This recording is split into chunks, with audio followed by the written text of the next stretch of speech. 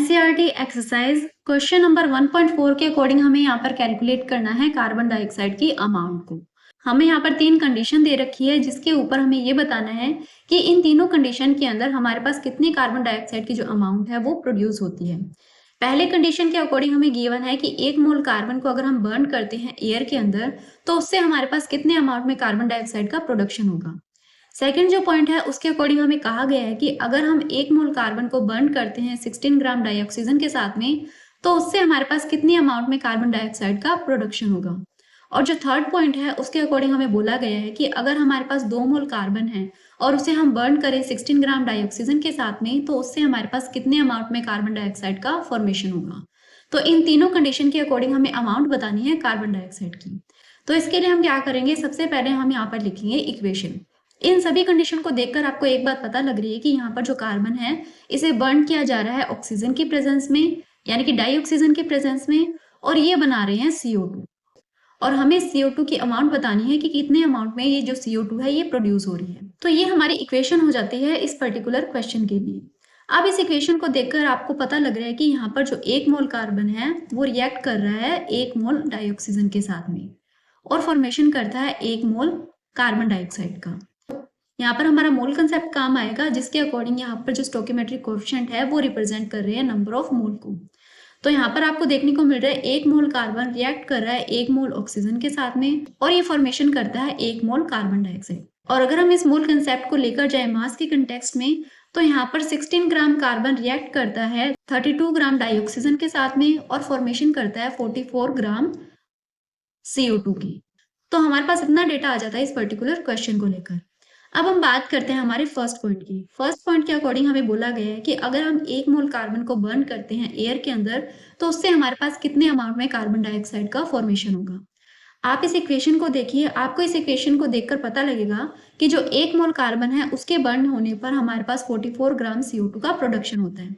यानी कि हमारा जो फर्स्ट क्वेश्चन का आंसर रहेगा वो रहेगा 44 ग्राम ऑफ CO2। तो जब हम 1 मोल कार्बन को बर्न करते हैं एयर के अंदर तो हमारे पास 44 ग्राम CO2 का प्रोडक्शन होता है। इसके बाद में बात करते हैं हमारे सेकंड पॉइंट की। सेकंड पॉइंट के अकॉर्डिंग हमें कहा गया है कि अगर हम 1 मोल कार्बन को बर्न करते हैं 16 ग्राम डाइऑक्सीजन के साथ में तो उससे हमारे पास कितने अमाउंट में CO2 का प्रोडक्शन होगा।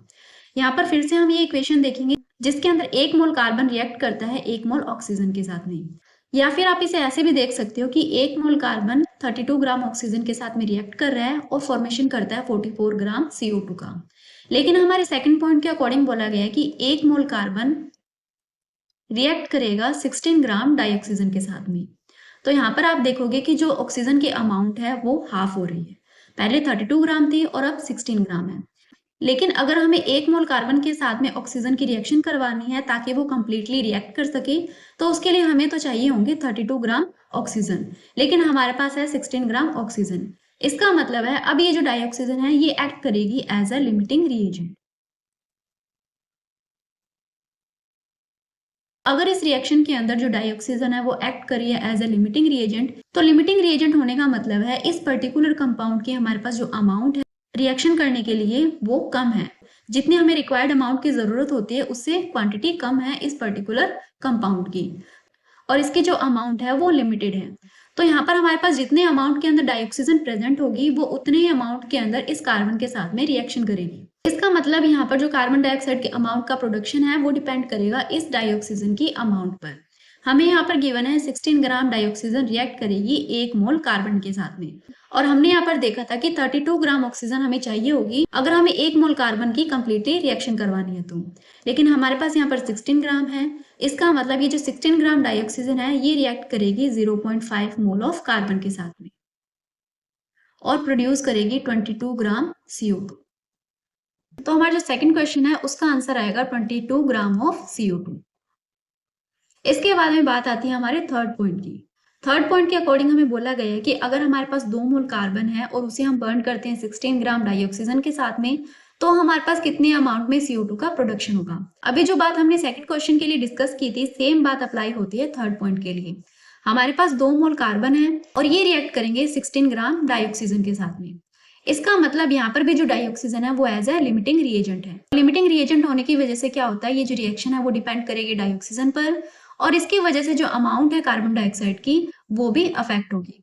इसका मतलब यहाँ पर जो 16 ग्राम डाइऑक्सीजन है वो रिएक्ट करेगी 0.5 मोल ऑफ कार्बन के साथ में, और इस 2 मोल कार्बन में से सिर्फ 0.5 मोल ही इस डाइऑक्सीजन के साथ में रिएक्ट करेंगे। बाकी के जो 1.5 मोल ऑफ कार्बन है वो इस रिएक्शन मिक्सचर के अंदर एज इट इज रहेंगे। इसका मतलब है यहाँ पर भी हमारे पास जो CO2 की अमाउंट होगी वो होगी 22 ग्राम। तो हमारा जो थर्ड क्वेश्चन है उसका भी आंसर आएगा 22 ग्राम ऑफ CO2। और इसी के साथ में हमारा जो क्वेश्चन है वो भी कंप्लीट होता है।